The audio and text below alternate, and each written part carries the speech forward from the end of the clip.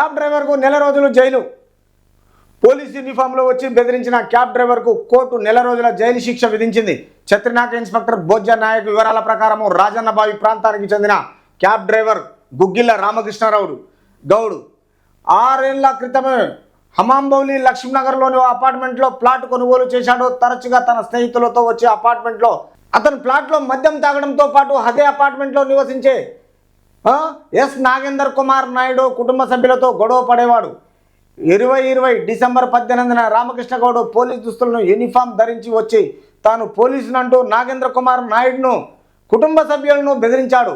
ఇక్కడున్న ఈ గుగ్గిల రామకృష్ణ గౌడ్ ఏంటంటే ఎప్పుడు తన ఒక యూనిఫామ్లో ఉండి నేను పోలీసును అని చెప్పి అందరినీ భయపట్టియడము, వాళ్ళ దగ్గర డబ్బులు వసూలు చేయడము, తర్వాత మద్యానికి బానిస అయిపోయి క్యాబ్ డ్రైవర్లను భయపెట్టించేసి వాళ్ళ దగ్గర డబ్బులు వసూలు చేయడం జరుగుతుంది. కాబట్టి ఈ విషయాన్ని ఛత్రినాక పోలీసులకు ఇన్స్పెక్టర్ బోజ్జనాయక్ గారికి ఇన్ఫర్మేషన్ వచ్చింది. కాబట్టి ఈ రాజన్నబాయి ప్రాంతంలో శివాజీనగర్ రాజన్నబాయి ప్రాంతంలో ఈ నగరానికి చెందిన క్యాబ్ డ్రైవర్ ఈ రామకృష్ణ గౌడ్కు ఇంతకుముందు 6 ఏళ్ల క్రితమే హమాంబౌలి అంటే లక్ష్మీనగర్ ఛత్రినాక ఏరియాలో అపార్ట్మెంట్లో ఒక ప్లాట్ కొనుగోలు చేయడం జరిగింది.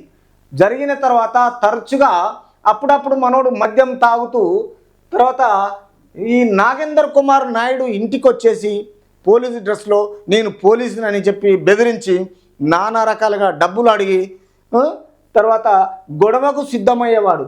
కాబట్టి ఈ పోలీసు దుస్తులు యూనిఫామ్ ధరించి తను పోలీసునంటూ నాగేంద్ర కుమార్ నాయుడును తర్వాత కుటుంబ సభ్యులను బెదిరించారు. బెదిరిస్తే అదే నెల 20న నాగేంద్ర కుమార్ నాయుడు ఛత్రినాక పోలీసులకు ఫిర్యాదు చేశాడు.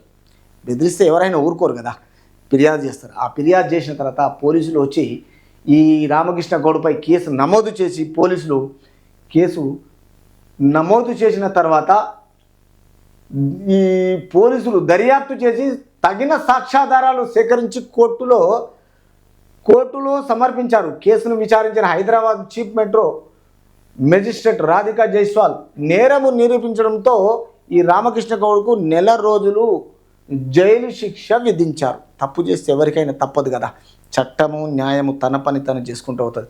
అందుకే కానీ నేనేదో దార్కారిని నేనేదో పెద్ద పోలీస్ యూనిఫామ్ ఉందని ఇల్లీగల్గా అనాథరైజ్డ్గా ఒక పోలీస్ యూనిఫామ్లో జనాలను భయపెట్టించి తర్వాత నానా రకాలుగా ఇబ్బందులు పెట్టి తాగుడుకు బానిస అయిపోయి అనధికారికంగా చలాయిద్దాము అనుకుంటే పోలీసులు ఊరుకునేది లేదు. ఖచ్చితంగా ఇతని కేసును ఛేదించి వెంబడే దర్యాప్తు చేసి రిమాండ్ చేయించారు. Jail 1 month.